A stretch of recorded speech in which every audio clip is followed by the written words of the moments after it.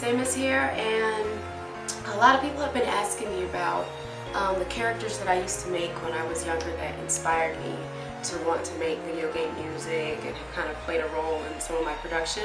So I thought I would just show some of the pictures because it's far easier than scanning and uploading like hundreds of pictures. So follow me this way. Here's my living room. Isn't it nice? Look at all the lights. Wonderful. Tons of bad movies. So this is where I keep all of my pictures. I used to call all of these cards, I was gonna make them into like a little individualized card, like trading cards. So each of these little like packets has like, I would say 20 to like 50 pictures in them. So there's a lot of artwork in here.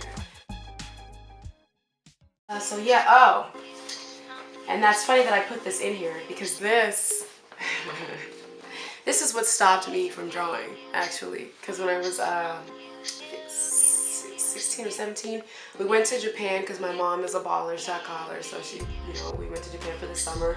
And I stayed with this girl in Hiroshima for 2 days. And like, mind you, I've been drawing for years now up to this point. I've been drawing, like perfecting my craft, thinking, oh yeah, I'm about to blow up. This girl drew this in like 4 seconds. And like, she wasn't even really looking the whole time. She's just kind of like, oh, here you go, Tunago. And it just devastated me because I've never been good at competition, which I'm sure a lot of people are kind of like, then why are you doing music? Because there's good musicians everywhere. But at the time, I didn't know how to handle it because I thought I was the best. So after that day, I was just devastated. I said, you know what, I'll never draw again because I'm never gonna be better than, even this chick who doesn't even really care about drawing. And I kind of defeated myself. So I'm glad that I haven't gotten to that point with music, but with drawing, that was literally the day my passion about drawing kind of died. The second card is kind of where you start to see the main focus of the characters that I was obsessed with, namely the Gira Crew, which was a group of, it started off as 7 warriors, then worked down to 6, I believe, was it? It started off as 7, then became 5, because 2 of the people I decided didn't need to be fighters. This is like detailed descriptions of everything that was supposed to happen throughout the series. Here are all the different haircuts for all the characters so that I could always remember them, no matter what. Then here's something really ridiculous. I had all of the voices for the characters for when the cartoon actually started. So if you look here, it says, let me look for a good one. Guaritsu Kirameki. He was Matt from Digimon.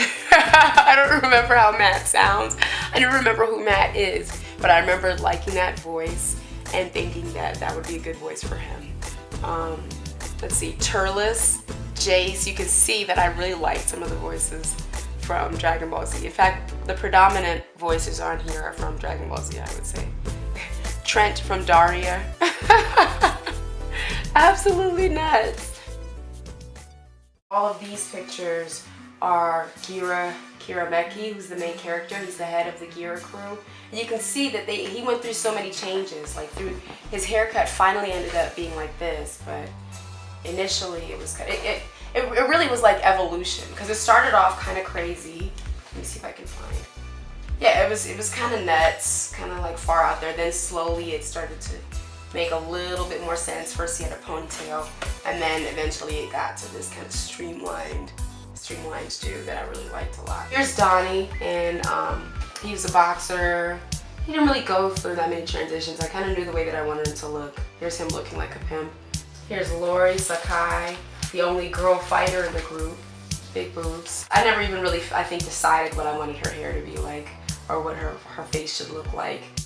Here's Magdala, the black chick holding it down, and she initially was a fighter, but then I was like, you know what, I want to make her a smarty pants. So she later became like the engineer for the group, just because I wanted to put her in such a high-ranking position. And you can see she kind of went through some transitions. She got power puffs, hair, braid, all this stuff. And, here she looks like Maya I remember having a real dilemma with whether I was over-sexualizing her, and as the black female in the series, was that okay? But at the same time, I didn't want to make her frumpy either, so that was a real dilemma.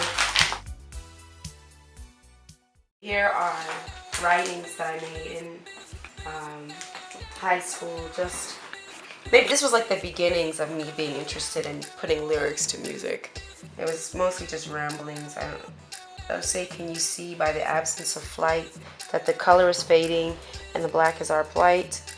We've become all the same. We are just one big mass. A mob standing indifferent, just consumed with our cash. So I don't know what I was on, but obviously I was, disenchanted with something in high school. This was my characters. The Gira Crew was a really big part of my life and a big reason why I produced. It was like a mutual feedback system. I drew, and when I drew more, I wanted to make more music. So I wanted to have more characters to go along with it. So yeah, this was a big part of my life. Hopefully this helped, elucidate the characters that I talk so much about. And when I bring up drawing, people know that it was a serious part of my life and not just some little hobby. I hope really someday to go back to it ultimately and maybe even put together a cartoon or a video game. So bye y'all. I hope this has been an edition of Cribs.